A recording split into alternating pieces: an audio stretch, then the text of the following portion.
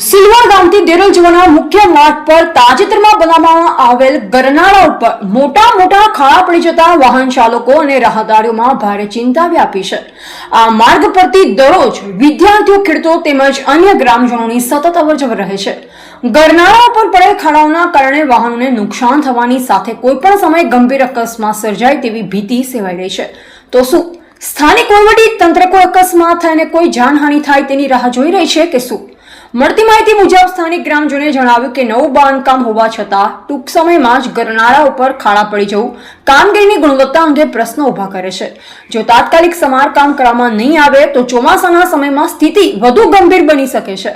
ગ્રામજનો સંબંધિત માર્ગ અને મકાન વિભાગ, વહીવટી તંત્ર તથા જવાબદાર અધિકારીઓને વિનંતી કરે છે કે ઘટના સ્થળનું તાત્કાલિક નિરીક્ષણ કરી ખાડાઓનું યુદ્ધના ધોરણે સમારકામ કરવામાં આવે, જેથી કોઈ નિર્દોષ વ્યક્તિ અકસ્માતનો ભોગ ન બને। રિપોર્ટર બિપિન જોશી, ખેડબ્રહ્મા।